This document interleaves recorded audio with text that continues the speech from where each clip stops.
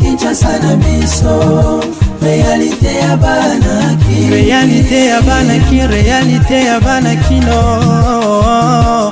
Rentrée scolaire effective na étendue Mobimba ya RDC, lancement officiel et Salemi na ville ya Mbujima na Kasai Oriental, wapi ministre ya EPST Tony Mwabakazadi azwami délai ya 72 heures o epesa makina ba chef ya ba confession religieuse pona kopona successeur ya Corneille Nanga et ezo expiré mokolo ya lelo kasi nanu consensus ezwami te sima ya bokutani o esalema ki weekend eleki lelo mokili ezo célébrer journée mondiale de l'habitat. Détail tout de suite en édition à Bissou Amukona Lelo, KNB Nyonso, première chaîne d'actualité en continu, Kasna Lingala, o Nazeli Nesengo Mingi, Yako présenter les binons.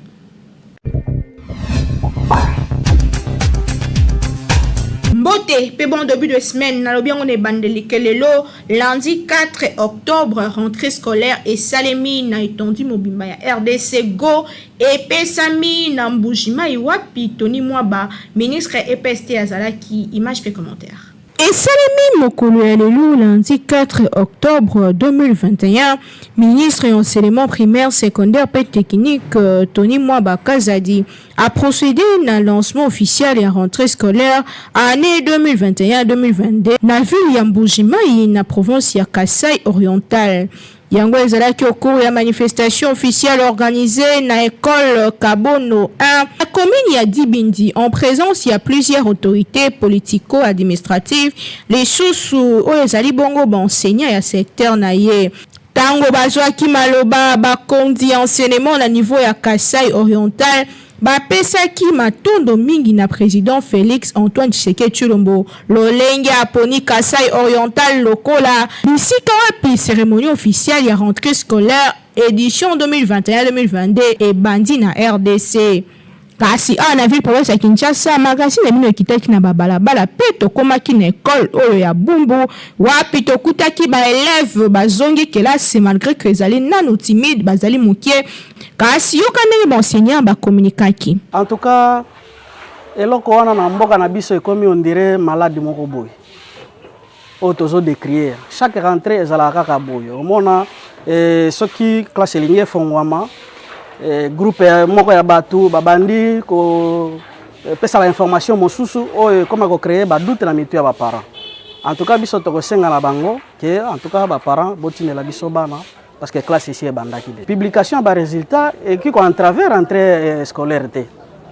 Donc ba parents batika makanisi wana soki ezana ba oyo bazokanisa bongo ke tozela nanu et publication ba résultat nde totina bana en tout cas kozala na makanisi wana te botinda bana babanda ba oyo ya 6e oyo ba présentaki wana nde ba oki kozela me ba mususu wana babanda déjà koya to koma kitongo pona koyamba bana na biso mais to moni ke ezaka timide mais tozo recevoir ba parents bazo ko inscrire pe bazo futa ba compte na bango et sauf que bana o bazat vraiment avec un moindre effectif.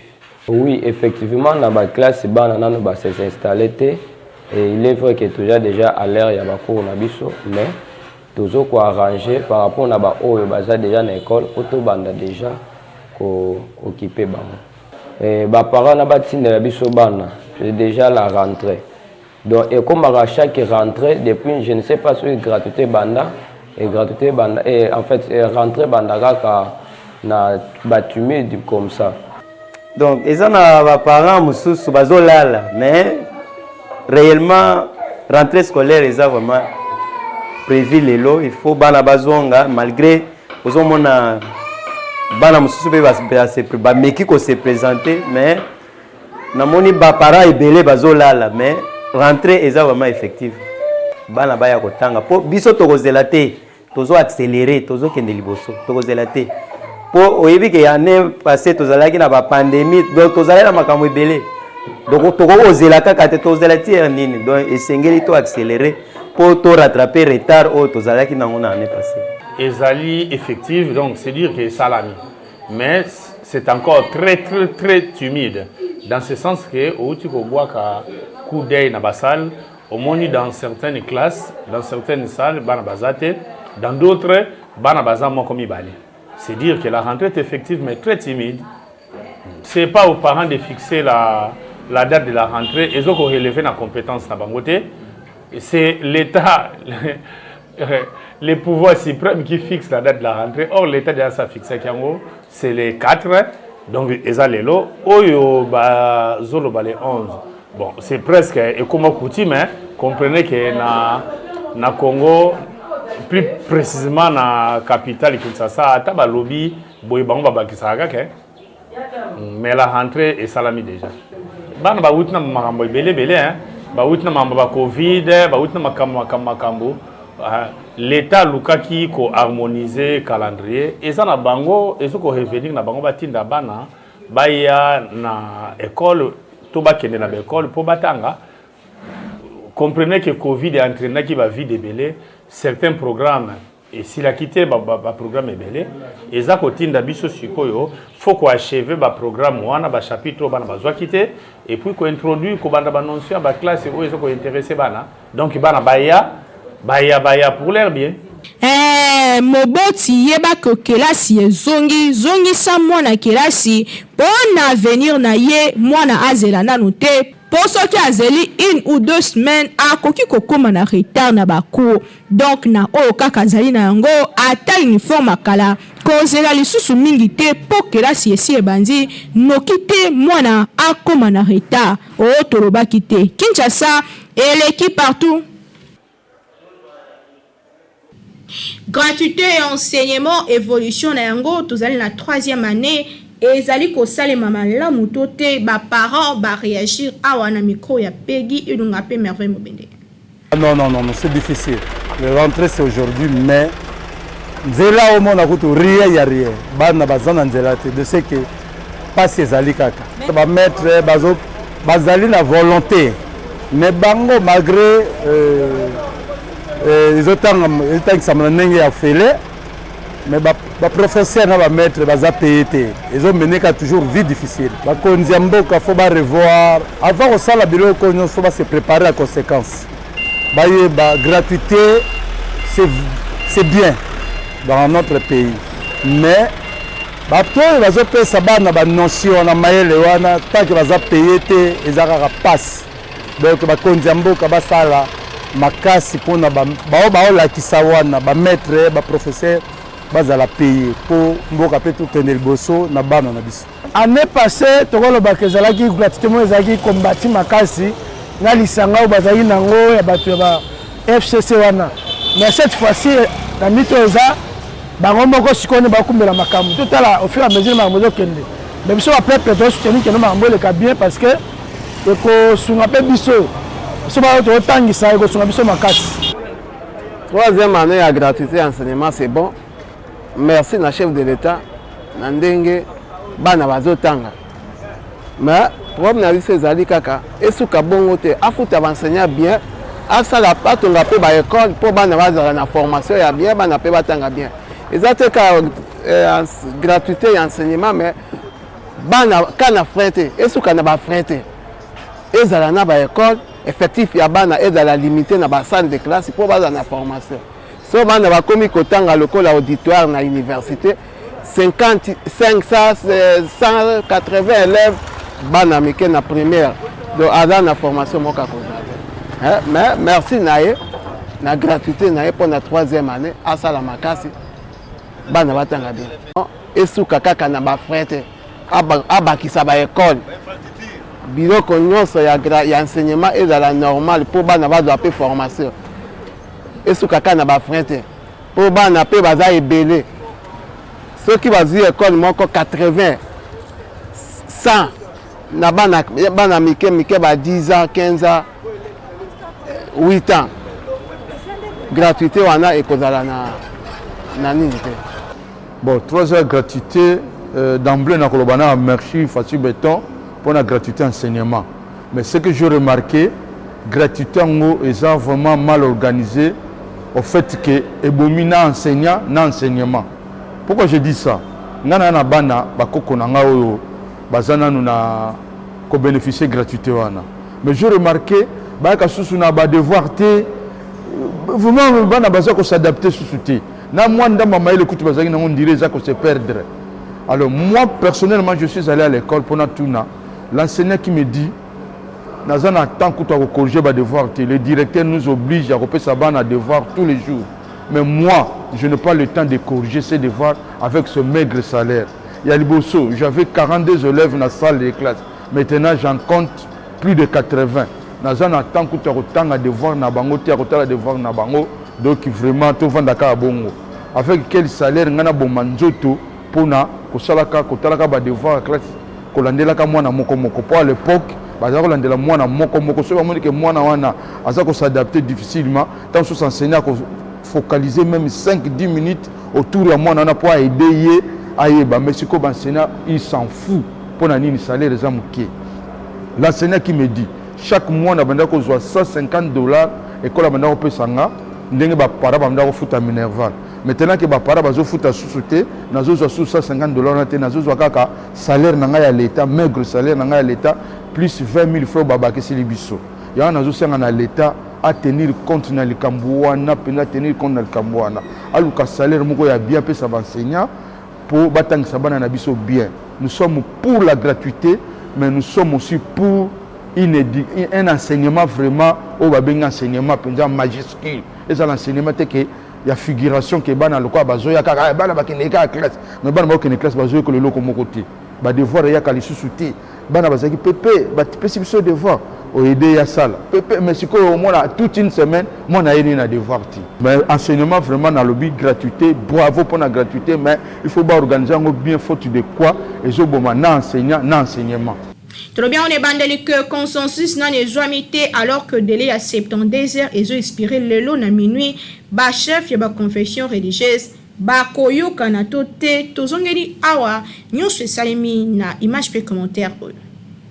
Simona bango koyembamba na ambassadeur américain pe lisusu kosola elongo na o etali bongo maponami ya 2023 ba chef ya oui confession religieuse bakutanaki samedi 2 octobre 2021 pour répondre ba discussion sur désignation ya président ya commission électorale nationale indépendante CENI na mukose pe lisusu lolenge kaniko pona ba membre ya plénière ya institution ya démocratie oyo na suka ya rencontre ya bango Abbé Donatien Chole secrétaire général de la conférence épiscopale nationale du Congo Senkona Mukuse alobaki que compromis mon côté ezalaki trouvé na masoro na bango kinotango oyo compromis mon côté ezwami pa atalisaki que avenir nde kolobani ne ko salema kasi na côté na ye représentant église de réveil du Congo pasteur Dodo Kamba a prometaki kokutana président assemblée nationale pe koyebisa ye déroulement ya rencontre na bango atalisaki que ensemble le huit confession religieuse basolaki pe bazwaki quelques conclusions kasi nanu kaka consensus ya malamu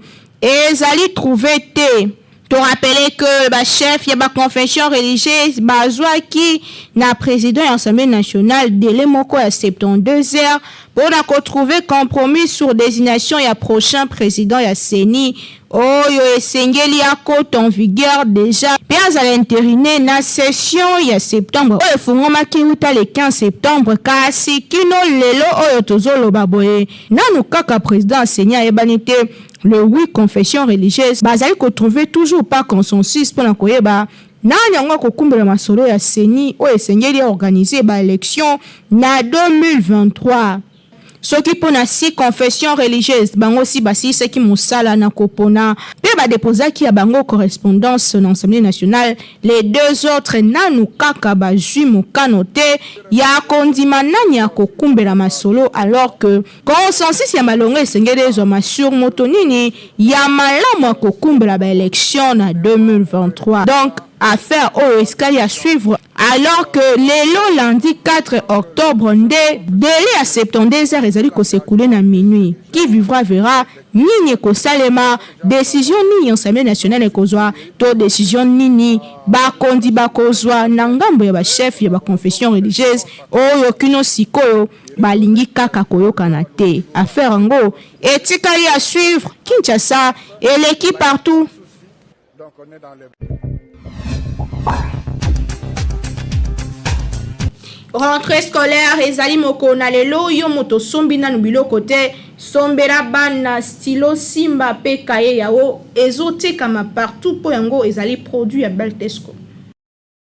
Toujours na souci ya kosunga mboka pe kosunga population congolaise kaka ndenge boyebeli société oyo monene na République démocratique du Congo Beltesco toujours pembeni ya population na ko accompagner bango na nyonso lelo lisusu ayeli bino bakaye yao pona kelasi ya bana na biso classe ezali kozonga kala te awa na yango kimaka deja mbangu na ba magasin nyonso ya Beltesco oyebi ezali partout awa na Kinshasa na ba commune nyonso soko tuli magasin ya Beltesco ezali po osombela bana na yo ba fourniture scolaire ya qualité supérieure lokola ba cahier yao ba stylo simba pe ba cahier cartonné ya ba format nyonso ozana besoin ozwa ba cahier ya qualité pe ba stylo ya kitoko pona bana na yo année scolaire oyo bazala à l'aise kimambango na ba boutique ya Beltesco okozala desiti tozana bakaye à 100 feuilles quadrilinéées tozana bakaye à 48 feuilles quadrilinéées tozana bakaye à 24 feuilles quadrilinéées tozana pena bakaye à 12 feuilles quadrilinéées ko bosana te tozali pena ba stylo simba ezokoya ezokoma tozana ba stylo simba ya bleu tozana ba stylo simba ya rouge tozana pena ba stylo simba ya noir tozali lisusu na surprise mususu mbula oto bakisi toyina bakaye cartonné ya ba joueur kitoko o bana balingaka ko bosana te balobi tangu ozali ko somba kaye yao vérifier bien soki ezali na logo oyo ya Beltesco po ba mwifi bazali ebele oyo bazali ko pirater yango donc soko sombi ya mwanza ekolia yo okoumela nango te po ekosenga obakisa mususu kasi soki osombi ya Beltesco ozali mobimba ane mobimba bana bakotanga kitoko po bakaye na bango pe ba stylo na bango ezali ya qualité supérieure oyo tolobaki te tolobi Beltesco vraiment mosungi ya mboka Kinshasa et l'équipe partout.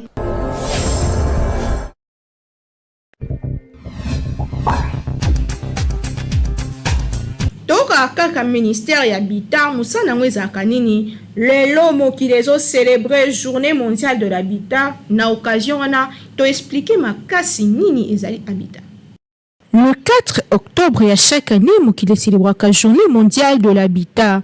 Na recommandation ya commission ya établissement humain Assemblée générale ya Nations Unies a décidé qu'en 1985 premier lundi octobre ya chaque année ezala bongo journée mondiale ya habitat. Résolution yango ezali bongo 40/202 a ezali bongo kopesa nzela pour que journée yango ezala célébrée pour la première fois.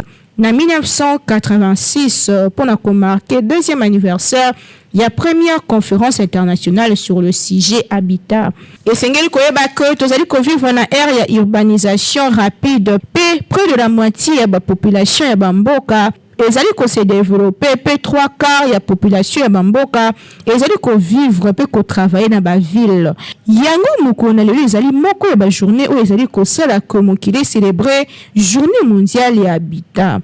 Et c'est que habitat ezali élaboration ya plan modèle ezali ko viser ko combiner politique ya urbanisation judicieuse pe initiative rurale ya ko axer sur développement en vue ya ko aider ko modifier ba demandeurs d'emploi vers certains urbains. Et c'est que 2005 prolongement il y a journée mondiale d'habitat et ça une alliance internationale d'habitat où ils ont lancé la campagne exclusion zéro, c'est-à-dire que journée à l'élo et ils allaient côté liboso exclusion zéro. Les sous pour réagir sur augmentation et exclusion à travers le monde. Et c'est que 15% de la population mondiale basali menacée ya kozanga esika ya kovanda pona ba réseau lokola investissement na étranger na bamboka o ezali endetté privatisation ya secteur pe libération ya ba marché immobilier nettoyage éthique pe occupation ya ba guerre spéculation humaine sur des désastres naturels. Idée à faire réagir au niveau aux viser amélioration des conditions d'habitation na 100 millions de personnes tandis que risque ya makasi ezali ko loger pour na koluka ko bato bazanga bisika ya kovanda ezali très augmenté. Alliance internationale d'habitat ezali basée sur droit de vivre en paix et sécurité avec dignité et pour un coût supportable. mingi soki esengeli tozonga na mboka na biso baku ya baloyer ezali kokontinue komata bato ebele na kozanga misolo bakomi kozanga bisika ya kovanda parce que loyer de plus en plus ezalaka nanu fixe na leta te moto nyonso kolo lopango nyonso azali kotia loyer na ye lolenge alingi. En plus, même ceux qui ezali na motango oyo ebongama mpona kopesa ba garantie yango ezalaka respecté te 3 mois ya garantie locatif ezalaka nango respecté te baye nyonso atiaka prix na ndako na ye lolenge alingi alors que ministère ya habitat esengeli esurveiller mpona koyeba nini ezali kopesama pe wapi pour que bana mboka bazanga esika ya kovanda te yango ezali pe oko ya badroit ya bapopulation kozala na esika ya kovanda ya malamu kolia kitoko kotangisa bana pe kozala na soin de santé ya malamu. Gouverner se prévoir baloba ezali très important na cadre ya journal lelo mokambi ya ministère ya habitat atala na likambo oyo Kinshasa eleki partout.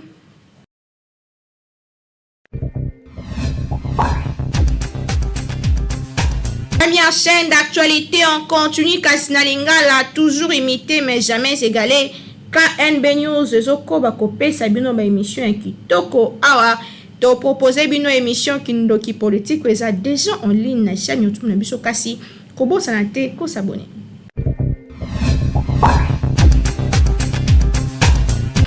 Je pense que vous avez la réponse na kopesa pour la retenir yango. Ce que les souffrances au moka eza komi si manifester par la population na biso et que la biso injuste les loto bako bimisa ba candidat na biso la niveau présidentiel. Ils ont d'abord mandat chef de l'État Félix Tshisekedi ou aza ko continuer ti na 2023 tous autres étant à continuer ti na faire mandat na et nous allons évaluer. Union sacrée, oui, nous sommes dans l'union sacrée et nous persistons. Mais bien sûr, on a quatre union sacrée autour des principes, autour des valeurs, autour de l'intérêt général et non l'euphorie du partage équilibré. Il y a pouvoir.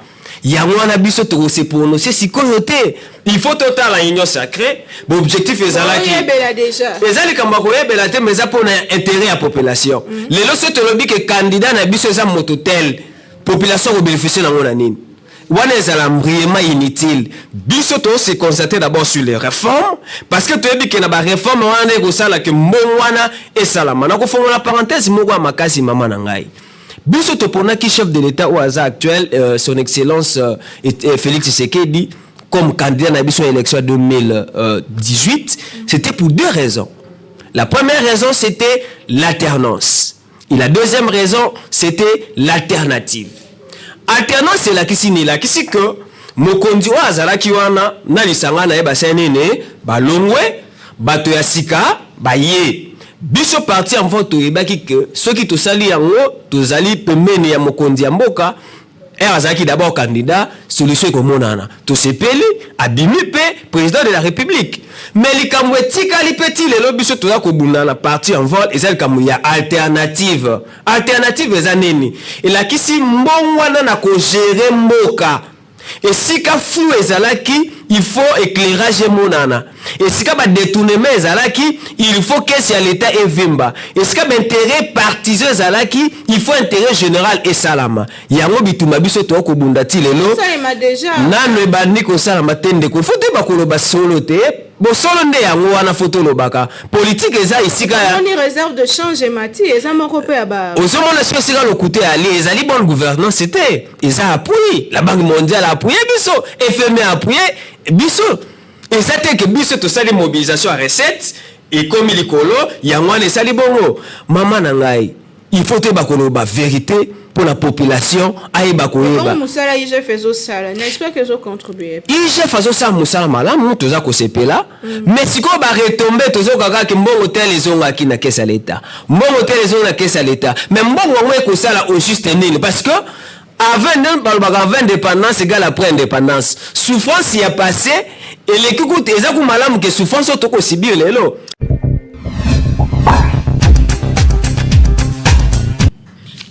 Est-ce que eza normal que mwasi akabwana mobali uta kala asengaka ye bakado to pe azoka bakado na ye lelo tokitaki na terrain boyoka ndenge population ya ville province ya Kinshasa balobaki awa na micro ya Merveille Mobende Pepegi Yunga. Mobali na mwasi soki bakabwani ezalaka ntango mosusu bayokani malamu te pe bamoni ke bango mibale bakoki lisusu kotambola ensemble te kasi yango elinga koloba te ke bakomi binemi bakoki kogarde toujours ba bonne relation bakoki na bango kosolola soki pe moko aza na problème akoki kosolicite moninga to pe kosenga lisungi kasi yango elingi koloba te ke kobenga ka muninga nyonso ata akomi déjà na ba engagement na mosusu yango ezalaka dérangement kasi ya kokama na ba jeune fille na biso ya lelo akaboni déjà na mobali mais azo continuer kobenga ka nyonso na téléphone ko dérange ka ata déjà abala pe kosenga ka ba mbongo nyonso kabela nga mbongo suki kabela nga mbongo mafuta lokola ndenge bazalaka na relation mobali wana amema ngambo epesaka lokumu na mwasi te yango biso magazine KNB News totunaki na bakino soki comportement ya basi oyo bazalaka ata kabwani déjà na mobali mais azo continuer kosenga ka mbongo soki ezalaka malamu. Bon, comportement wana eza nango malamu te mais d'autre part eza pe mwa malamu mais so na koloba na mwa malamu eza ke pourtant tolingana tosala relation soki etikali toza binemi te toza bami totikali ba camarade moi relation na ekutani mpe tokokuta mwana nzela avia nanga ndeni mpo toyebi ke tozala na relation moi pianga boye ezalaka nango mais eza mabe na sensi nini moto oso daye so kabwani babiso boyokani te bokotambola nzela moko te oyo dasi bokabwani na ye yo mwasi oza na droit ya kosenga ye te okoki mpe kozwa kado na ye te mpo daso ozwi kado na yengo olakisa ke oza na bolingo na ye seke bolingo na ye nana esili te na motema na yo yango mwasi so akabwani na mobali jamais kozwa su kado mobali wana bon bizaleli ani eza malamu te so ede okabwani na mobali oboti na ye te sikoyo osengele mbongo ya nini seke oza besoin ka bokontinue na ye bon amitié toboyi te kikamarade ezalaka nango me kosenga bambongo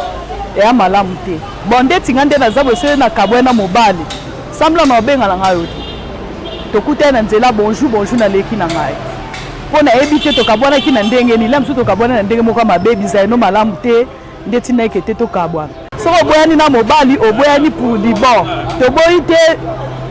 toboyi te kikamarade ezali nango bokutani ndenge nini ya bien oleki na oyepa leki na ye bobondo osenge mbongo ebandi boni wana vraiment eza kindumba po mobali soki okabwani na ye toloboyi te ke après relation ezalaka amitié mais tocomprendre te soki abengi yo mpona nini osenge mbongo bo mobali oyo oza na ye na minute wana otia wana ona opesa respect te tokabona ndenge mabe te ena nango problème te obenge na ta problème nakoyeli likambo feti na ngai ezali me na ndenge ke oyo eza mpiaka otala te wana ezaki mwa sérieuse wana ezaki ndumba ya ccc bon soki ye pa benge ke tokuta na place boye tosala boye yo mpo kokende tokoboya conseil na opesa na bango vraiment comportement wana eza bien te pesa oyo eza na ye respect po ntango osala bongo don ozodégrédige oyo oza na ye pesa ye respect talela ye oyo wana eza relation kala etikali bonjour bonsoir tosuki kaka wana bajeune fille nyonso basala bongo en tout cas batika conseil na ngai yango wana te eza malamu te ezalaka connaissance ntango bato mibaye bosi bokutani bosi bocreye connaissance na parere soki accident eza ou maladi ou nini akutani nino na brusque okolobaka esunganga mais kosenga mbongo nde kasi mosusu tomonaka ete tobimaki ngai na epesa boye te eza bien te bosi bosalaki ya sosi esilaki nango esi na ngai nakoki kosenga ye mbongo lipasi ou loba eza likambo naza na likambo tokutani ne po ete eza connaissance ya connaissance tokomi connaissance tosi tokreaki connaissance mais eza libala te ya bando kosenga pesa boye te ntango yo sokomona makambo mosusu mobala namona yo ozosenga ex na yo mbongo akoloba nini bozalaka bino mibale te bon bandeko na biso misusu baexageraka surtout bajeune fille ya lelo bakomi koexagere loko so bimaki na moto ekomi naza na njala naza na boye te tomipesa valeur biso basi mwasi na mobali soki bakabwani bacreye déjà relation pe après l'amour c'est l'amitié ndenge bato balobaka kasi yango elingi koloba te ke soki bokabwani déjà na mobali oyo banda kotungisaka ye akabelaka yo bambongo eza komikitisa kozwa na valeur te ezalaka malamu soki okabwana mobali amonaki place okei eza pe place ya malonga zala fier na oyo okomi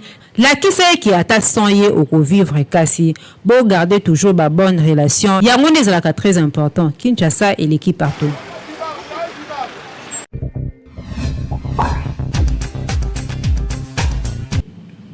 Tout succès édition Léona Sport na compte il y a 27e édition de la Ligue nationale de football tout puissant Mazembe et s'imposer face à l'équipe ya Blancing na score il y a 1-0 et ça makindengeni Nathan Siata a plus sur détail. Tout puissant Mazembe ya Lubumbashi a salaki essentiel na ko s'imposer devant Blessing ya Kolwezi na score ya 1-0. Ils ont qui na match aller à 27e édition ya championnat national ya football Ligue 1 Oyo et Betamaki Mokolo lobby dimanche 3 octobre 2021 na stade ya Mazembe na commune ya Kamalondo na Lubumbashi. Unique bi à rencontre Oyo ils ont qui signé na Jean Baleke Oyo a qui couper trajectoire na centre moko ya Philippe Kinzumbi. Yango et qui permettre na ancien ya jeunesse sportive ya Kinshasa JSK Oyo à inscrire deuxième binaye ya saison na deux matchs Oyo et permettre na tout puissant Mazembe ba s'imposer devant formation ya Blessing. Avec succès Oyo ba poulain ya coach Franck Dumas ba occupé deuxième place ya classement avec 6 points na 2 sorties na bango derrière CS Don Bosco Oyo azali ko compter 7 points.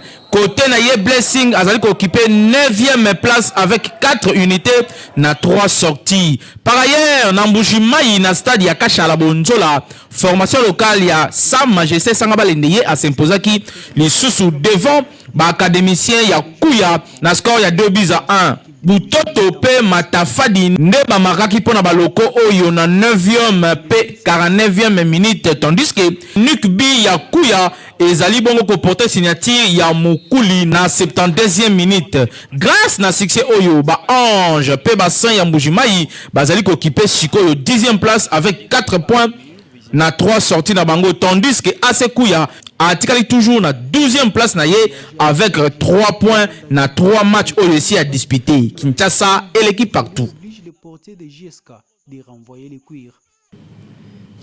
Ezalaki édition le 4 octobre 2021 au Nazaki Nesengo mingi a représenté les bino. Merci na bino bolanti biso partout dans le monde. Pe merci l'équipe technique pe rédactionnelle aussi qui mosala kitoko.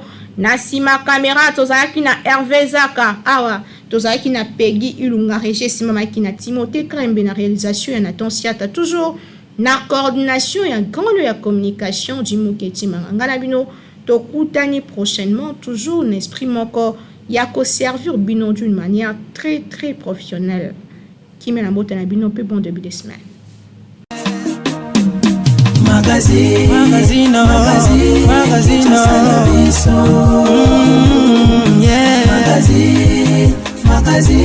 Kinshasa na biso réalité ya bana kino